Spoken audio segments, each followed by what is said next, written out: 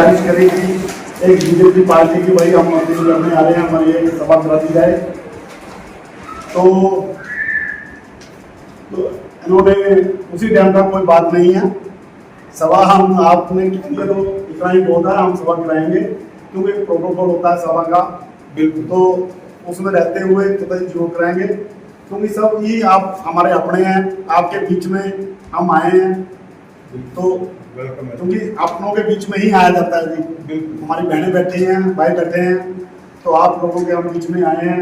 हमारी तो सिर्फ एक अपील की आपसे गुजारिश थी कि हमने अपील करनी है, तो उनका कोई बात नहीं जी, आप आओ।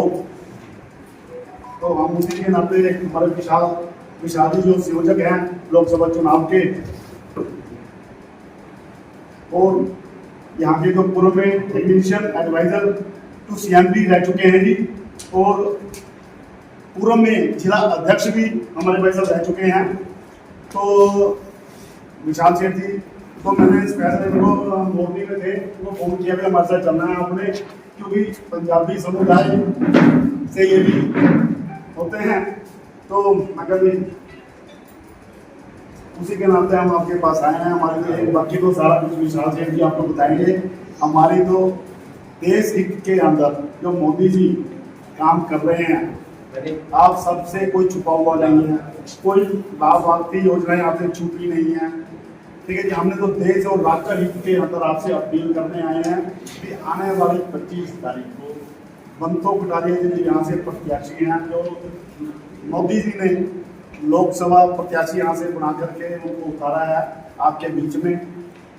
आने वाली 25 तारीख को उनको वोट करनी है और फूल के आगे वाला बटन दबा करके उनको कामयाब बनाना है। इतनी क्योंकि मैं ज़्यादा बात नहीं तरसेम जी ने बताया है। जैसे ही तरसेम जी ने पूछा था तो एक हमारी मीटिंग पंचकूला में हुई थी, तो उस समय मेरे को भी कहा गया था, तो मैंने उसी समय डॉक्टर साहब से और आसिफ 3-4 दिन पहले मैंने भी टैग जो है इनसे ले लिया था। वो कहते थे कि हमारी बात जो है पहले हो चुकी है भाई, जो है तरसेम जी ने बात फोन किया था। मैं कहा भी हमारी एक ही चीज़ है, एक ही मनसा के ऊपर हमने ये कार्य करना है कि हमने जो है बहन बंतो कटारिया जी की वोट के लिए अपील करनी है, इसलिए हम जो है आपसे मिलना चाहते हैं। तो कहते हैं कि हमने पहले ही आपसे एक दिन पहले हमारी बात तरसेम जी से हुई थी, तो आप उसी दिन आ जाओ तो सबसे बढ़िया। मैंने कहा ठीक है जी, तो हम एक दिन ही आ जाएंगे।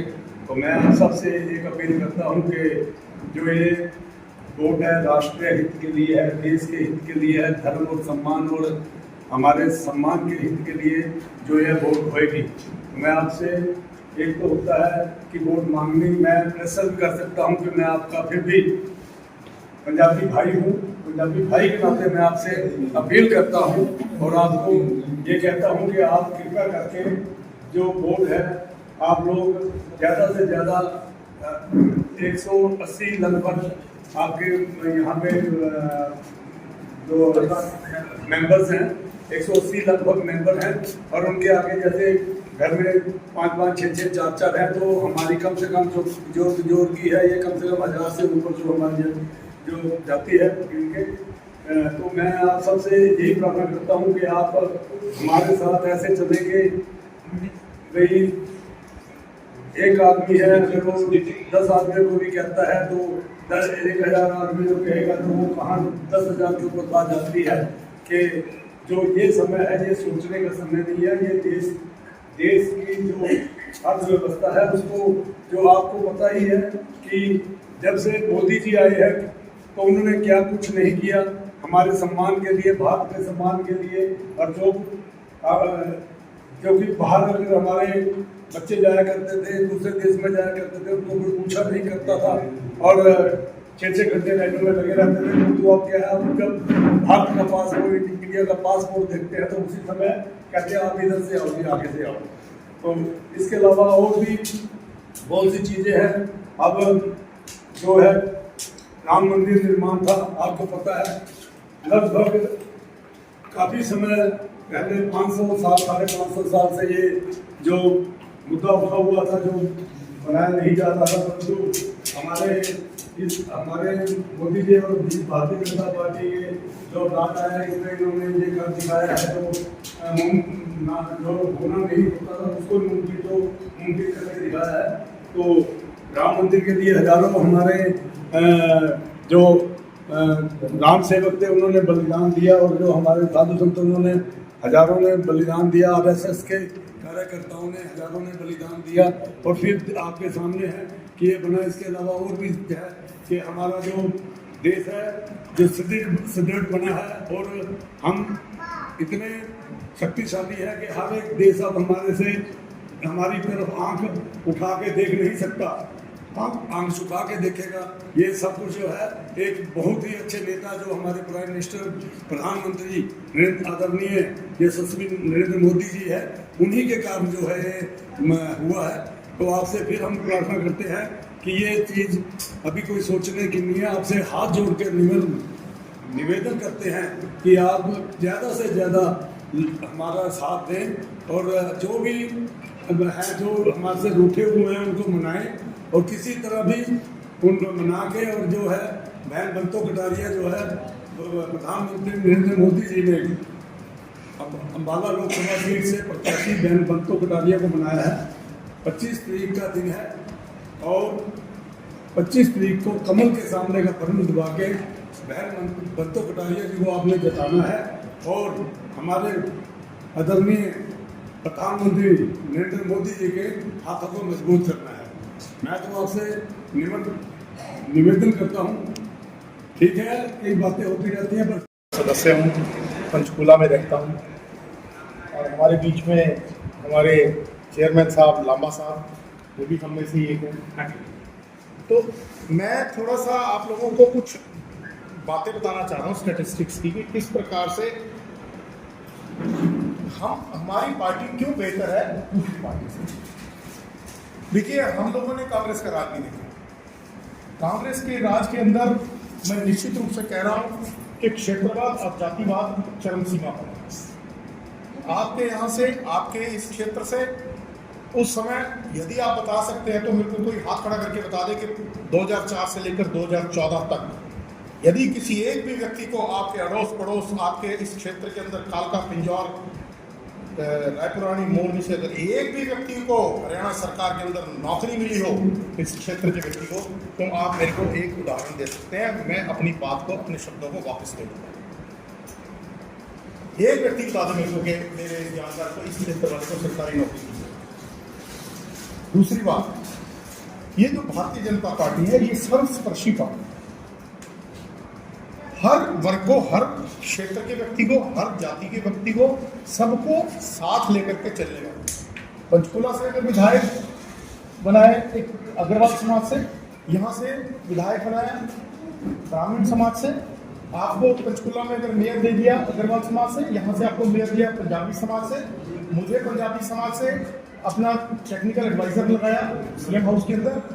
और मैं आप लोगों को थोड़ा सा ये भी बताना चाह रहा हूँ कि हम उस परिवार में से हैं जो 1947 में अपनी जान हथेली पर लेकर के पाकिस्तान से हिंदुस्तान में आए। अगर इस देश के साथ प्रेम करने वाली अगर ये जो कम्युनिटी है, आज आप देख लो, अगर फौज के अंदर भी आज आप आंकड़ा देखोगे तो अगर किसी ने शहीदियां दी हैं तो किसी पंजाबी समाज ने सबसे ज्यादा शहीदियां दी। दिस इज डॉक्यूमेंटेड, ये रिकॉर्ड में है। तो मेरा कहने का आपसे है कि हम देश को उन लोगों के हाथ में, पैसे हाथ में तो नहीं जाएगा, किंतु जो पार्टी सर्वस्पर्शी है, हर वर्ग का ख्याल रखने वाली, हर क्षेत्र का ख्याल रखने वाली, हर जाति का ख्याल रखने वाली, सबको साथ एक समान जो पॉलिसीज बन रही हैं। अगर हमने किसी को आयुष्मान की पॉलिसी के अंदर किसी को मुफ्त इलाज दिया 5 लाख रुपए तक का, 1,80,000 रुपए तक का, 1,80,000 तक की सालाना आय वाले को, तो across all cast, all communities, अगर उसके बाद फिर किसी ने कहा कि 1,80,000 रुपए से ऊपर वाला व्यक्ति भी नहीं कर सकता, 3 लाख तक वाले को 1,500 रुपये में दे दिया, फिर जिसकी 3 लाख से भी इनकम ज़्यादा हो 5,000 का अपना दे दे, और वो आयुष्मान का चिरायु स्कीम उसका नाम है, उसके अंदर कोई भी व्यक्ति अपना कर सकता है। मतलब this is across all cast, मतलब कोई भी काम किया कोई एक जाति विशेष के लिए नहीं किया। अब आप हमारे देश में कितनी नौकरियां जा रही हैं, तो नौकरियां जा रही हैं उसमें हर कास्ट वर्ग का आदमी आ रहा है, जो मेरिट पे आ रहा है उसको नौकरी मिल रही है, चाहे वो बनिया हो, चाहे दलित हो, चाहे गुज्जर हो, चाहे जाट हो, चाहे पंजाबी हो, चाहे ब्राह्मण हो। मतलब सब देखिए, जब भी कोई व्यक्ति एक जाति की बात करेगा तो उस देश का विकास नहीं हो सकता, उस क्षेत्र का विकास नहीं हो सकता। और पंजाबी समाज हमेशा से एक त्याग वाली भावना से आगे बढ़ रहा है। मैं ये नहीं कह रहा कि सब कुछ हम लुटा है, किंतु हमें भी हमारा हिस्सा मिला। हमारा मुख्यमंत्री भी पंजाबी समाज से दिया। कभी हरियाणा के अंदर कभी किसी ने सोचा नहीं था कि पंजाबी समाज का एक मुख्यमंत्री बन सकता है। गृह मंत्री पंजाबी समाज से है ना जी, उधर फिर बैलेंस करने के लिए स्पीकर अग्रवाल समाज से बना। तो मेरा कहने का मतलब है कि ये एक ऐसी पार्टी है जो सर्वस्पर्शी है, हर वर्ग का ख्याल रखती है, हर व्यक्ति के साथ चलती है, हर किसी को उसका हिस्सा देने का प्रयास करती है, ताकि सबका एक हमारे विकास के अंदर सबकी बराबर की भागीदारी रहे, सब लोग मिलजुल कर आगे बढ़ते हैं। तो मेरा सिर्फ आप लोगों से निवेदन है, बाकी जो लांबा साहब ने बताया कि स्कीमें हैं, ये है, वो सब के लिए हैं, बहुत सारी स्कीमें हैं। आज जिस स्तर के ऊपर हिंदुस्तान अब अंतर्राष्ट्रीय पटल के ऊपर खड़ा है, वो भी आप लोगों के समक्ष है, आप लोगों के सामने है। किस प्रकार से अपने फौजों का, अपनी सीमाओं की सुरक्षा के लिए फौज का सुदृढ़ीकरण किया, किस प्रकार से हमारा आज सड़कों का जाल फैल रहा है, किस प्रकार से लोगों का इन सड़कों के कारण, ट्रांसपोर्टेशन होने के कारण हम लोगों का व्यापार बढ़ रहा है, किस प्रकार से आपकी रेलगाड़ियाँ, या आप दिल्ली जाते थे, हम लोग ही जाते थे, आप लोगों ने सबने देखा 6-6, 7-7 घंटे में दिल्ली पहुँचते थे। आज आप यहाँ से 3-3.5 घंटे में दिल्ली पहुँचने लगे हो। आपको 2.5-3 घंटे के अंदर वो कौन सी है, वो वंदे भारत आपको दिल्ली पहुँचाने लगी है। अगर आपने यहाँ से बाई एयर जाना हो तो it is easier to go by train. आप लोग वंदे भारत से जल्दी पहुँचते हो, आज में जाओगे 1.5 घंटा पहले जाओगे, फिर वहाँ पे चेक इन बैग निकल रहोगे, आधा घंटे की फ्लाइट भी होगी। तो मतलब मेरा कहने का, आप लोगों के जीवन को सरलीकरण करना, आपके जीवन में सुख सुविधाएं देना, आप लोगों के जीवन में महिलाओं को किस प्रकार से उठाने का काम किया। आप देख लीजिए कि आप लोगों के पहले महिलाओं के साथ मुझे कहीं पे कोई अनहोनी हो जाए तो वो शिकायत तुम्हारे भी नहीं कर सकती थाने के अंदर। महिला थाने खोल दिया ना जी, हर महिला अपनी बात रख सकती है, अपनी बात खुल करके कर सकती है। और बेटी बचाओ बेटी पढ़ाओ के माध्यम से मैं बहनों से आपको बताना चाह रहा हूँ कि बेटी बचाओ बेटी पढ़ाओ बहुत पुराना कानून है भ्रूण हत्या को रोकने, किंतु अगर उसको पूर्ण रूप से अगर धरती के ऊपर साकार करने का काम किया भारतीय जनता पार्टी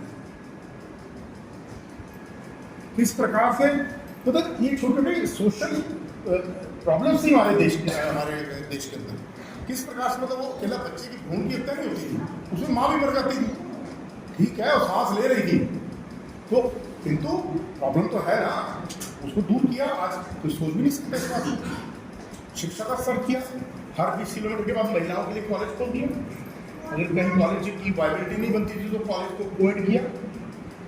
फिर मतलब मोरनी जैसे क्षेत्र के अंदर जो पहले वहाँ पर नहीं था कॉलेज, तो मोरनी जैसे क्षेत्र के अंदर भी एक महिलाओं के लिए कॉलेज खोल दिया, पॉलिटेक्निक खोल दिया, मतलब आपके इस क्षेत्र के अंदर भी सब चीज़ें हो रही हैं। तो मेरा सिर्फ आपसे निवेदन इतना है कि बहुत मुश्किल से, बहुत ही मेहनत से ये रेलगाड़ी पटरी पर चढ़ी है, तेज गति पकड़ रही है, इसकी गति को धीमे मत होने दो।